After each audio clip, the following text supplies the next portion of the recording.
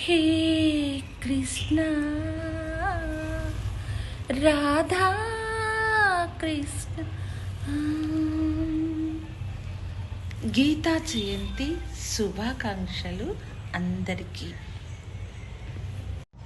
భగవద్గీతను శ్రీకృష్ణ పరమాత్మ యుద్ధరంగమున అర్జునునికి బోధించిన శుభదినము మార్గశిర శుద్ధ ఏకాదశి. అది గీత యొక్క జన్మదినము. ఆ తిథి యందు మనము గీతా జయంతి జరుపుకుంటాము. కావున ఆ దినము మనకు శుభదినము. మహాభారతమునందు భీష్మ పర్వమున 25వ అధ్యాయం మొదలు 42వ అధ్యాయం వరకు గీత ప్రస్థానం ఉండును. మొట్టమొదట మనకు భగవద్గీతను తెలియచేసిన వారు సంజయుడు.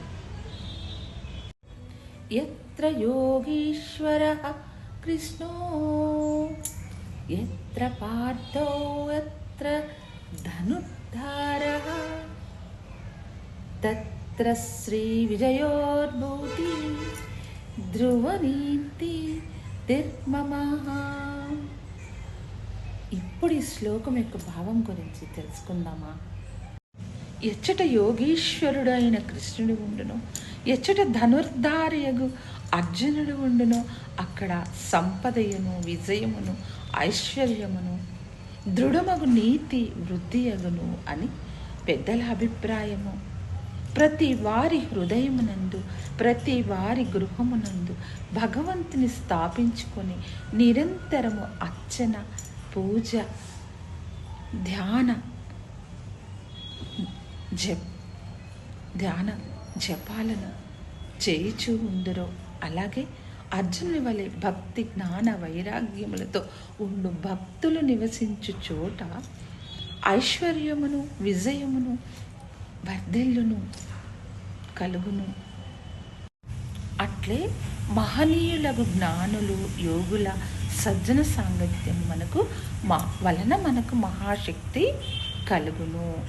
కావున భగవత్ సాన్నిధ్యము సజ్జన సాన్నిధ్యము కలుగ చేసుకొని ధర్మపక్షమున ఉన్న చోట తప్పక విజయము వర్ధిల్లును కలుగును.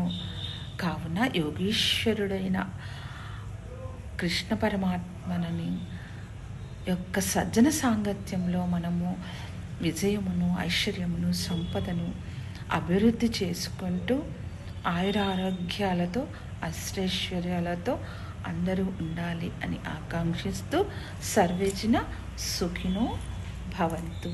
Thank you.